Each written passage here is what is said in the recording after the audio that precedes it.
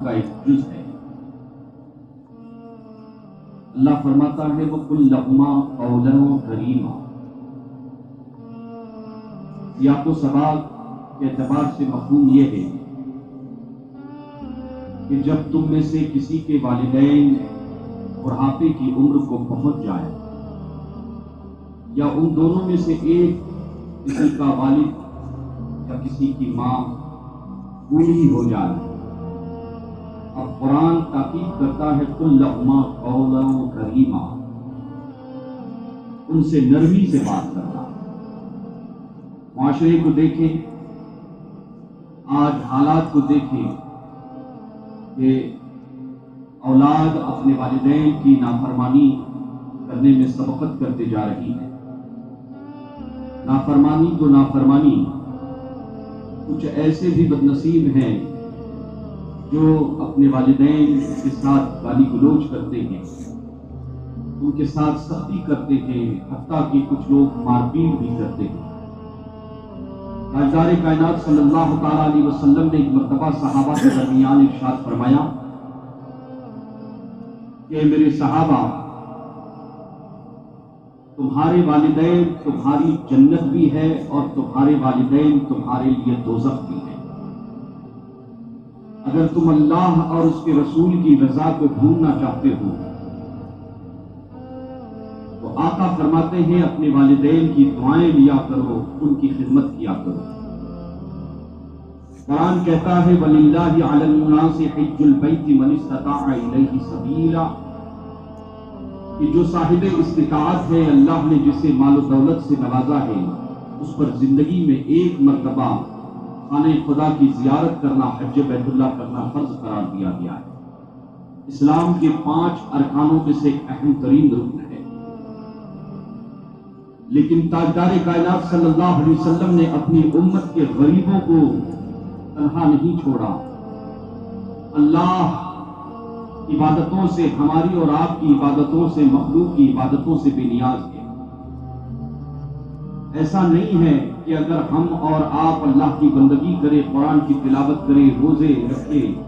تو اس کی خدائی میں کوئی ترقی ہوگی یا وہ مزید طاقتور ہوگا۔ کائنات کا ذرہ ذرہ اس کی بندگی کر رہا ہے۔ یہ اگر آپ جامع مسجد میں بیٹھے ہیں تو یہ اللہ کا فضل و کرم ہے، یہ اس کی توفیق ہے کہ اس نے ہمیں اور آپ کو اپنے گھر میں اپنا مہمان بنایا ہے۔ اس کی توفیق پر اس کا شکر ادا کرنا چاہتے ہیں۔ اللہ کے رسول فرماتے ہیں کہ جو شخص اپنے گھر میں بیٹھ کر، جو شخص اپنے شہر میں رہ کر حج بیت اللہ کی زیارت کا مکمل ثواب، مبرور ثواب حاصل کرنا چاہے، کہتے ہیں کہ محبت سے روزانہ اپنے ماں باپ کے چہرے کی زیارت کر لیا کرے۔ صحابی عرض کرتے ہیں یا حبیبی یا رسول اللہ، کیا ہم اپنے ماں باپ کی محبت سے اگر چہرے کی زیارت کریں تو کیا حج مقبول کا ثواب، مبرور حج کا ثواب ہمیں عطا کیا جائے گا؟ کا بے شک اللہ قدرت والا ہے، وہ قادر مطلق ہے۔ آپ دیکھیں کہ حاجی پیسے کی قربانی دیتا ہے، سفر طے کرتا ہے، خانہ کعبہ کا طواف کرتا ہے، صفا مروہ کی سعی کرتا ہے، مقام ابراہیم کے پیچھے نمازیں ادا کرتا ہے، عرفات کے میدان میں گڑ گڑا کر اللہ سے معافی طلب کرتا ہے، اللہ سے مغفرت کا سوالی ہوتا ہے۔ ایک طویل عرصہ اپنوں کی جدائی، پیسوں کی قربانی اور سفر کی تھکاوٹ، سفر کی تھکن، اب جا کے جب اس کا حج مکمل ہوتا ہے، اس کے باوجود بھی اسے کوئی بھی دنیا کا حاجی یقینی طور پر یہ نہیں کہہ سکتا کہ جو میں نے حج ادا کیا اللہ کی بارگاہ میں وہ مقبول ہو چکا ہے۔ حج کا ادا ہونا، ذمہ داری ثابت ہونا الگ بات ہے، لیکن اللہ کی بارگاہ میں اس عبادت کا قبول ہونا ایک الگ مسئلہ ہے۔ لیکن اللہ کے رسول ارشاد فرماتے ہیں کہ اپنے گھر میں اپنے ماں باپ کے چہرے کی جو محبت سے ایک مرتبہ زیارت کر لے تو حج مکمل، حج مبرور کا ثواب، مقبول حج کا ثواب اس کے نامے اعمال میں لکھ دیا جاتا ہے۔ صحابی عرض کرتے ہیں یا حبیبی یا رسول اللہ، اگر میں 100 مرتبہ اپنے ماں باپ کے چہرے کی محبت کے ساتھ زیارت کر لوں تو کیا مجھے 100 حج کا ثواب عطا کیا جائے گا؟ اللہ کے رسول ارشاد فرماتے ہیں یقیناً اللہ قادر مطلق ہے، اس بات پر قادر ہے، اور وہ یقیناً اللہ فرماتا ہے کہ خلوص کے ساتھ، محبت کے ساتھ اپنے والدین کی چہرے کی زیارت کرے گا، اللہ اس کے نامے اعمال میں 100 حج کا ثواب رقم فرما دے گا۔ عزیزان ملت اسلامیہ، یہ دیکھیں حج کا موسم ہے۔ حضرت مالک ابن دینار مشہور تابعی ہے، مشہور صوفی ہے، مشہور محدث قرآن کے مفسر ہیں، حج بیت اللہ کے لیے تشریف لے گئے۔ حج سے جب فارغ ہوئے ہیں مکمل طور پر، اللہ کی بارگاہ میں دعا کرتے ہیں کہ اللہ، لاکھوں حجاج کرام نے تیرے گھر کی زیارت کی ہے، تیرے گھر کا طواف کیا، کیا ان سب کا حج قبول ہوا؟ اللہ کا ولی، اللہ کا دوست، ایک محب اپنے محبوب سے، ایک عبد اپنے محبوب سے سوال کرتا ہے، اے اللہ، جتنے بندوں نے، لاکھوں بندوں نے حج بیت اللہ کی سعادتیں حاصل کی ہے، کیا حج ان کا تیری بارگاہ میں قبول ہوا؟ کہتے ہیں کہ میں سو گیا دعا کرنے کے بعد، اور سونے کے بعد اللہ کی طرف سے ندا دینے والے نے مجھے ندا دی، اے مالک بن دینار، لاکھوں حجاج کرام اس مرتبہ میرے گھر کی زیارت کے لیے تشریف لائے، میں نے سب کے حج کو اپنی بارگاہ میں اپنے فضل و کرم سے قبول کر لیا ہے، مبرور کر دیا ہے، لیکن ایک بندہ ہے کہ جس کا میں نے حج اپنی بارگاہ میں قبول نہیں کیا ہے۔ مالک بن دینار عرض کرتے ہیں کہ میں نے خواب میں پوچھا وہ کون بندہ ہے؟ وہ ندا دینے والے نے ندا دی، اس بندے کا نام محمد بن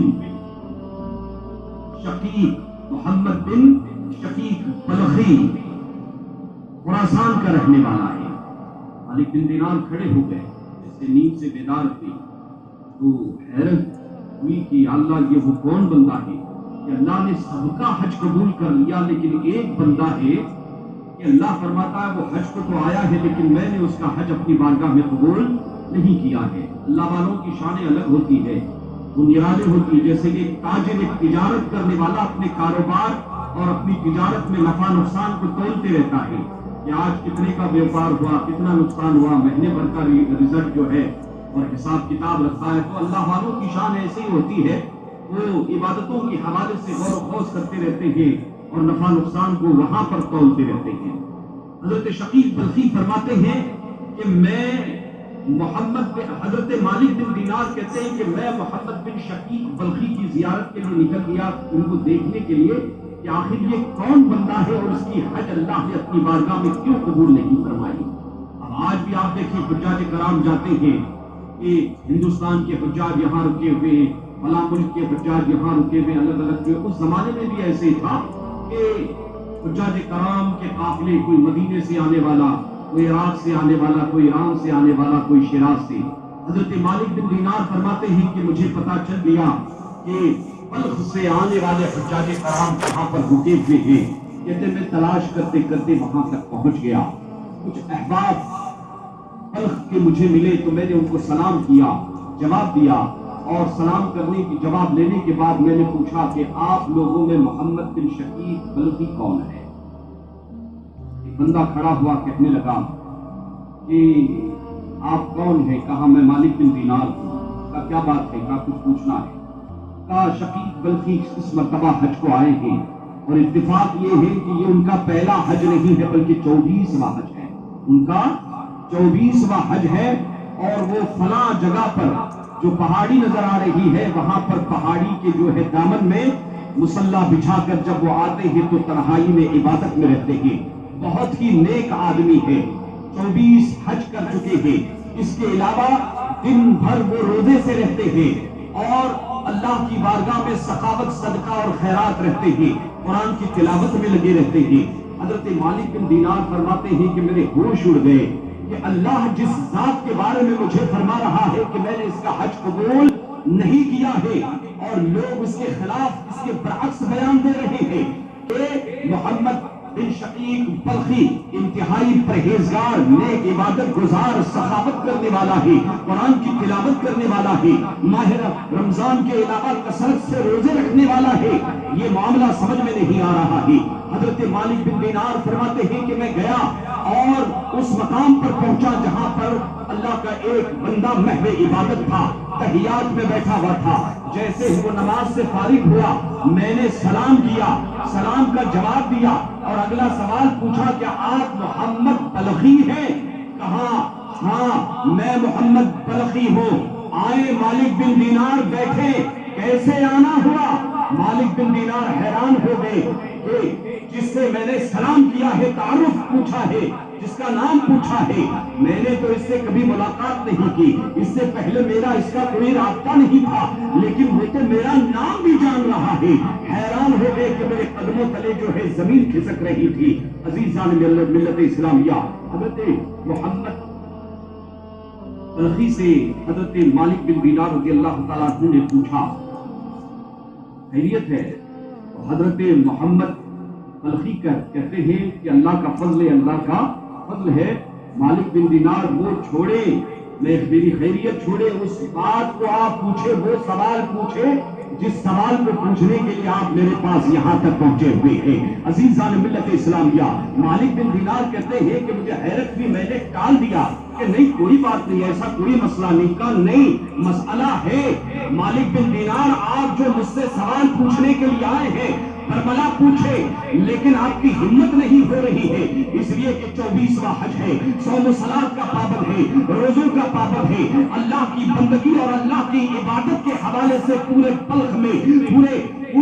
میں ان کا چرچا ہے، آخر کیسے پوچھو؟ آخر میں جب انہوں نے کچھ نہیں پوچھا تو حضرت محمد بلخی رحمت اللہ علیہ خود ارشاد فرماتے ہیں، اے مالک بن دینار تم مجھ سے یہی پوچھنے آئے ہو نا کہ اللہ نے مجھے خواب میں بتایا ہے کہ میں نے محمد بلخی کے حج کو قبول نہیں کیا ہے۔ اللہ اکبر۔ مالک بن دینار کہتے ہیں کہ میرے ہوش اڑ گئے، جو بات میں نے خواب میں دیکھی تھی یہاں پر محمد بلخی مجھے وہ بتا رہا ہے۔ محمد بلخی فرماتے ہیں مالک بن دینار تم ایک حج کی بات کرتے ہو، میں نے 24 مرتبہ خلوص اور للہیت کے ساتھ اللہ کے 24 مرتبہ حج کیے ہیں، 24 مرتبہ میں نے خانہ کعبہ کا طواف ادا کیا ہے، اور طواف کرنے کا انداز بھی ایسے کہ آنکھوں سے آنسو روا ہے، کبھی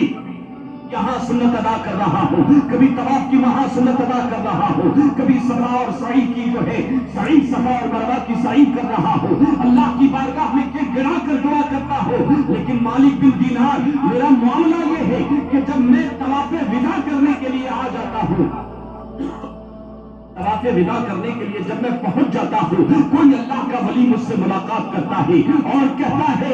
ارجع یا محمد، اے محمد لوٹ جا، یہ جو تو نے حج ادا کیا ہے اللہ نے تیرے حج کو قبول نہیں کیا ہے۔ مالک بن دینار میں احرام باندھ کے کہتا ہوں لبیک اللہم لبیک، اللہ فرماتا ہے جواب میں لا لبیک لا لبیک، اے محمد بلخی لوٹ جا، میں نے تیرا حج قبول نہیں کیا ہے۔ اشار و قطار رونے لگے۔ عزیزان ملت اسلامیہ، حضرت مالک بن دینار سن کر حیران ہو گئے، پھر پوچھا کہ محمد بلخی کہ آخر تم اتنے عبادت گزار ہو اور اس طرح سے تمہارے دینی اللہ سے رابطے اور معاملات ہیں، آخر تمہارا اللہ حج کیوں قبول نہیں کر رہا ہے؟ حضرت محمد بلخی فرماتے ہیں مالک چھوڑ دے، یہ سوال نہ پوچھے، اگر یہ سوال پوچھو گے تو تم بھی مجھ سے نفرت کرو گے، تم مجھ سے